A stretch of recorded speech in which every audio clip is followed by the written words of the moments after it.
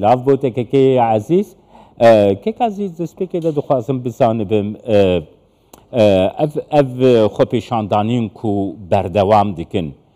تبان دورا وینا حتی نها لریوبریا خسر لسر بریاری ریوبریا خسر چی بونه چه دیالوگ به خوپیشاندران را کرنه ریوبریا خسر دسبيك سعادة وخش بو درفتي حتى أنا براستي جالية ريفبرية بيت يعني تشتك حتى أنا خوياني تنا تشتك خوياني ناك حتى أنا خو بيشانداني روكتن روجا ششادة براستي يعني رو برو هجمار برتر دبي كسي خو بيشاندانات كن جحمو آليانة يعني جبر اف بريارة داوي بتأثير ويل سر هر كسي هبه سر يعني كسن جهندري إدارة جدربة إدارة كسي سر بخا هر كس تبليوا خو بيشاندانا بوي لمخابن حتى أنا إدارة تمامي نزيكي بيت جنبوية وحتى أنا متخصص يعني إدارة موقفي يعني وقت بي نارين رنگ تنن بنر نارين ملتشن متخصص إدارة كارب بكماني الفاكا ساقو هدار بكيش تا خوازي وانا أفخو بيشاندان جبوتشن لمخابن حتى أنا تشتني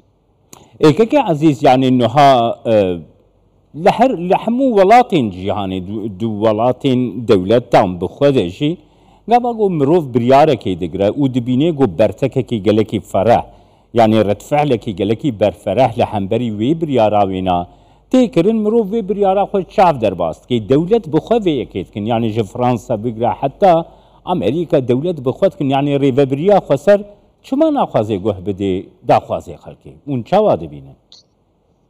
براستي اف بريارة ريفبرية بردوامي جي قلق بريارة دنا يعني اف خبيشانداني ما سدما و يعني نا اف بريارة مازوتي تاني اف بريارة مازوتي بريارة يعني استمراري كش قلق بريارة در بري انا هاتستندن ام دنرن نتيجة في كاري قال لك يا وقت بخراب ودقر سر ملت يعني ام دبين ايرو تبحري ملت كسيماني هنضربو جدربا ام تخوازن اداري روجا ايرو وك نتيجة با سياسات اخواني با صالي شو بخواز ببينه قاري بري چند سالا اداري وكم بيجن احصائك شكر احصائك نو شكر خلق امان الهندر ويناسبك نتيجة سياسات ويني تشب با چند سالا ام قيان دل ام دخوازن قال لك رانكار هر المكاتب عقاري لما كاتب عقاري بنا خلق قش مال وخانيه خو عرضي خو تفروشن وباردك براستي ما تخش اداري يعني وقت انا ولات هي ديمقراطيه اللي هي هالبجارتن اللي هي بشتي 4 ساله ابدينا اف حكومه اف اداره اف دسلات وقت خدمتها ملتنا كويش غير كارو بكر تجيكي وقتكو انتخابات تنبن هالبجارتن تنبن تيفقر الرنج تيفقر خلكيكو هدار بك اف رنج الخلكيكو هدار توقف خبيشنداني دركتنا انا بواروني لواغو هدار بك من نتيجات تاريخ خو ببين يعني براستي في رنج اداره بردوام بك يعني بيشروجي ما قال لك خرابن اداره حتى انا بري انا بري مازوت ديس بري انا بهاكر بري دي صاله براستي برنج كي ديس خل دركتن اداره سكن برياره اداره سكن بس مشكله ورد تشكر اداري جمر قوفاما مازوتك اني رنج كده رنج كينو او مازوتا كيفن نما وانو او اف السعر انو داخستن او ايرو نفسها مساله امزانا بشتي دمك اف مازوتا 10000 ورقه جيتنا ويا شارو شصتني سر كما بينه يعني برنك اداره نزيكي مدبو برنك التجاره عقليه التجاره تفكر النبع عقليه او مسؤوليه اداريه رنگ التجاره براستي ام فازن اداره بقر وقت برپرس بروی ملتی ده ایرو ام بنده گاوندش آری اداره بون ام بندش آری اداره ابروشا خرابی گمته ده ام شاری اداره بنده گاو نبر به ملت به گاو نبر به روشا ابوی پیش يعني روشا دبري هيك چتر بك اف بس يمانم قارب ما بها لنسر عرضي بس براستي اف سياسه اداره وقت عكس تشتي مدخول تماما انت يعني رنگ اداره امد برياره باركرنا خلكش عرضي نها كيكي عزيز مروفش خرب فكرت كي يعني انه مثلا بشتي بهاكرنا مازوت بيجومان روشا سو 8 تسير الحمو كلو بليندن كي يعني هر تشتێک و ژنام بگرە حتا تشتێک و پیشە سازیە لە دەردکەون یعنی نوها مثلا کەسێکیش تر بەسپیە بخوازێ بۆ ئۆتۆمبیلی بچێ قامشلو بکریا تاکسیەکەی بچێ یعنی مثلا گەر پێشتر بە 100 لیرەی چوبێ نها دەوێت 400 لیرەی بدە یعنی برادرێ ڕێڤەبریا خۆسەر نزانن و ئەف بارەکی gelek گرانە لەسەر مڵەت بتایبەتی ڕەوشە ئابۆری و دەبارا ژیانێدا تماما براستي ما يعني دويناد يعني انا مثلا جروجا افريا دركتيه قسي مني جوتي خدكن شاندنيت كن دبر عمد برك زراعي خل تركتوري خلكي سكني زراعات سكنيش براستي نما كسكاري شاندنيه رنگي بري بك جمع مزانن روشا ابي چاوي افتن باجار كي وقت حسه كي وقت دبر اند افتن حتى القامش لو بقى يعني ويعاملك دوێت ڕۆژا بشغلش بۆ خزانی خۆنی ئاوێ داگرێت یعنی ئیدارە بەڕەنگێکی یشتر بانە ینی مەسەلەن مازۆت لە دەبەرێک وەک سعودیە وەختێکی بیستن تا لە ترێ ددن بەس دەخلێ خەلکی سعودیە وەک بێ هەریکێ $1080 لە دەبەرێک وەک ئەوروپا وەختێک گۆلجیکی ب $2 و کێمی $2 مازۆتی فرۆتن بەس دەخلێەوە €1700 هەری اللي جمع دخله كسي ما معاش داري $7 معاش $7 مازوتي بسير سنتي بفلوش يعني أملت وكانت أقول يعني مثلا روش أنا روش هذا دواء كهرباء الجمع روش هذا دواء قطو يعني قديم ولدات بأمنا ما كارن بأفران كثيرا ما كارن كهرباء بدنو يعني عمليا روش كما ما آلية خراد بي يعني حرتش بهف قريداي براستي برياري يقول ارتجالي جاقي إداري يعني تبي سر بسكنن تبي ببينن إنه برياري وقبانا تبي آستا ملت وقت بالحد الادنى وقت بالمدخول خلقي معاشاتها بالعد بكن $500 ويش اخي امي قبول بكن مازوتي بسيس باش يعني كي عزيز خديه في مازوتي كيا خديه في مازوت يعني اف مازوت شركتين طيبه درتخن يعني ريفبري درتخن كينا خديه في مازوت براستي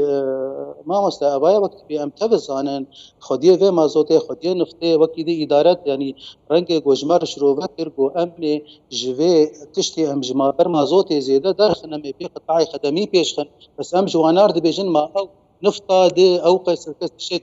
تج صدر يعني براستي نزلالي جم إداري هي شفافية هنا أم نزانا يعني اقتصادي ما تشي أفتشتانا تبت في إدارة لسرخوا بسكنة الريك دبي بينش بو قطاعي خدمي بيش أفرنجي ولو براستي نتائج كارثي لسر ملتي ما بقر وأم دبيجن أم تافي كسل هندر أم مشروع مهاجر أم كتافي السبا أم فنابر كبيرنجي بمين أم تافي ببن فنابر أم دخوازنش إداري أم بهبدور آلي كاربن كسي ما يسر عرضي أم بمين ليس كبيرنجي إدارة بردوام بك براستي أف بردانش خلقير أف خلقير بيجي ولا دركب ایکه عزیز نهار ریوبری مازوتی یانجی نفتی دی رژیم سوریه دی بیجه از بنرخکی سمبولیک دیدم یعنی بنرخکی بیجه هری ارزان دیدم یعنی ریوبری دخوازه تولا خوش خلکی روجاوای کردستانی در بخ پریانج خلکی روجاوای کردستانی بده لی بی پره بده رژیم یعنی پره کی سمبولیک بده رژیم منطق قوی چیه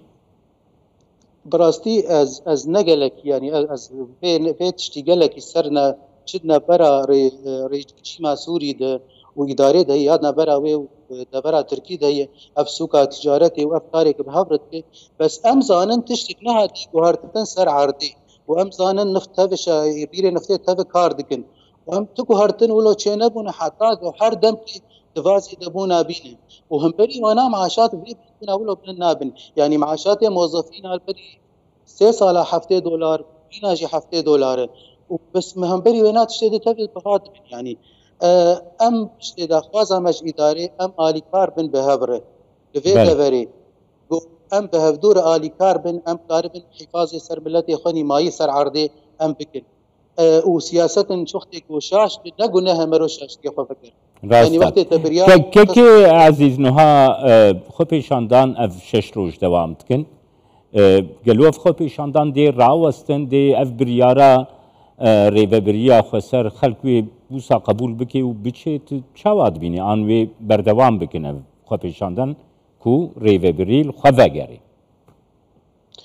او دا خوازا ما او براستيك ريبريل خوغار او دا خوازا مي اف کسی براستی مثلا خو پیشاندان برنکی عفوی چبون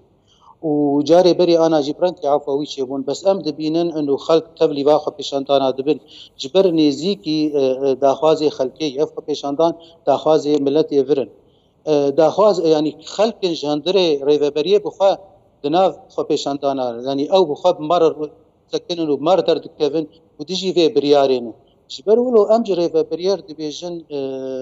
يعني دورست از بناوي خو پیشاندان وقت جز بشتغلم انه جوي برياري بقر وابراستي دي جاكس بناوي خاني تايبت بشتغلم از دبينم انه ايرو بوشتي 10 سالا في شوره شير بشتي 10 سالا بيا دم كيك وامش اداري ربيجن واري مدني واري ابوري بسكير ملت دريا خو پیشاندان دريا هلبجاردنار برا افرندانا وقر جملت واري عسكري واري امني ام زانن روشك زحمت ام تيدن لوكي دي براستي في سياسات يقولوا تبي سلطان مدني سر بسكنن بيتر سلطان بيتر نزيكي ملت من انا افبريار كما استنتبه او كسنا ايه افبريار استنتبه انا هاتب انا هل بجارتن جملت من يتحملها مسؤوليه فاكسي ما اوداني من زاني بابشتي 3 سال دم يوابكر هل بجارتن يبدي موابكر بس روشا ايرو ببيرن براستي ولو بردوام بك خراب بر خراب جبر ولو جري فبريت خوازن بو اوش جاكارب بوهرتن مزن شكل بر بسلطات مدني ظهرن دم عسكري روبر بله سپاسیاتت کم که عزیز بیرو پاریزرو چالاکوانش خامشلول گلمه